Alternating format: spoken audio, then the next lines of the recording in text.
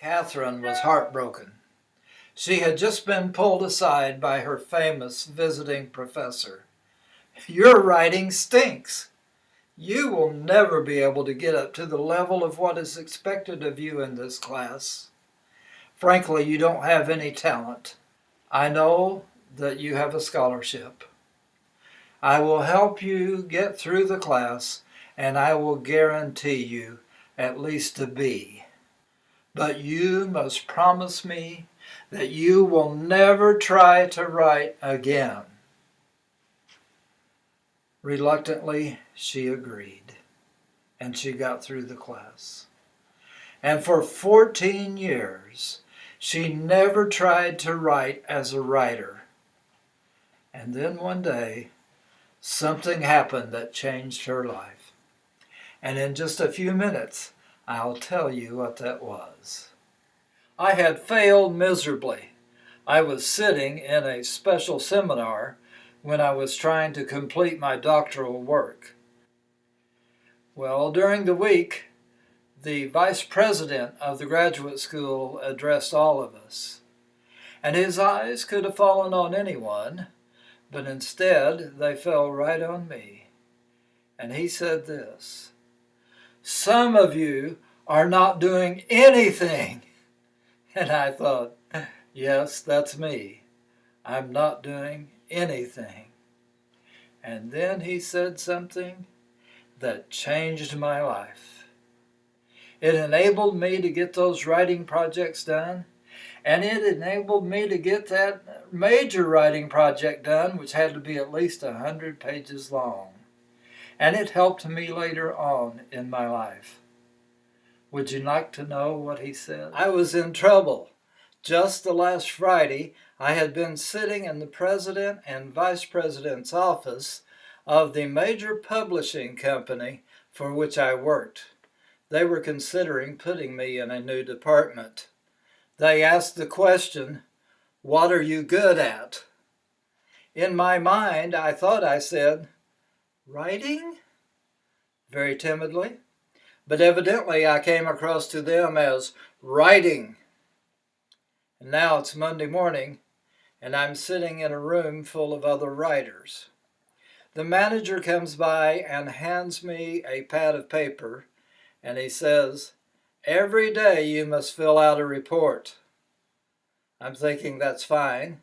And then before I could ask him any questions, he walked out, and he turned and he said on his way out, "You have to write 700 words every day." Oh no, I was in trouble. I tried different techniques for 2 weeks, and it just became increasingly difficult to get those 700 words every day.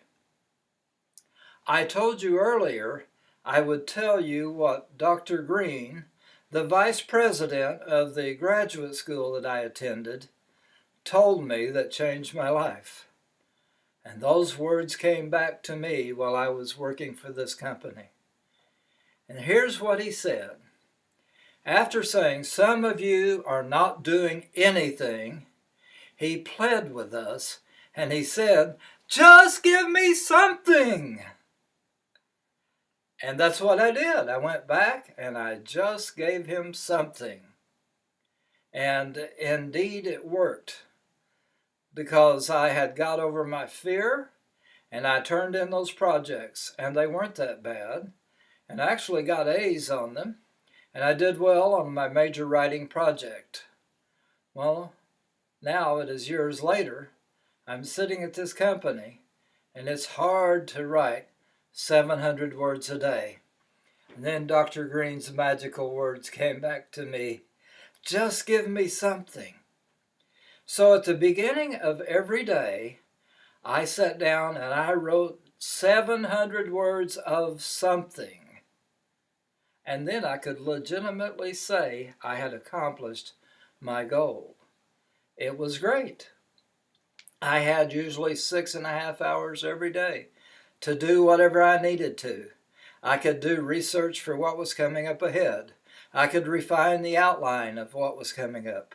I could go back to those words that I gave earlier that were just something and make them more than just something.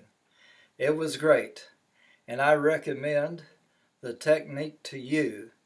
When you're writing a rough draft, just get something down, and it will help you very much. Honey, I think I'll sell my cows, said Jake the farmer. She agreed. She said, I think that would be fine. So on sale day, his wife went shopping. And when she came home, she said, how did the sale go? He said, well, I heard that John down the road had 2 cows for sale. So I thought, instead of selling just 10 cows, I would get more money if I sold 12 cows. That makes sense, she said. On the next sale day, she went shopping again and came home only to discover that he had bought 3 more cows. Well, after 3 months, Jake had 21 cows, but no money. And if you don't tame your research, you will have tons of research, but no rough draft of your book. Remember Catherine, who had the unfortunate experience with a college professor, and she said that she would never write again? And for 14 years, she did not try to write as a writer. But then something changed her life. Here's what happened. She and her family were visiting San Antonio, Texas, and a major news story had just broken, and it seemed like that every major news organization was there. Every producer, every writer, every journalist was present. And there was a group of writers sitting under an umbrella around a pool. Catherine had been told that they were writers, and she did something unusual for her. She approached them and she told them how much she admired what they did and what a difference they were making in the world. And then shyly she admitted, you know, I always wanted to write. Nonsense, said one of the writers. If you really wanted to write, you would have something written. Then she told him the story of the unfortunate incident with the visiting professor. He said, what does Dr. So-and-so know about what the public wants? I think something as important as that deserves a second opinion. You go home and write something. Send it to me. I'll read it. So she went home. She got some paper and she wrote and wrote and wrote until she had 400 pages. Then she typed it up and sent it to this writer. After a month, she got a phone call from him. He said, I read your story and I liked it. I sent it to my agent, and in a half hour she's going to call you.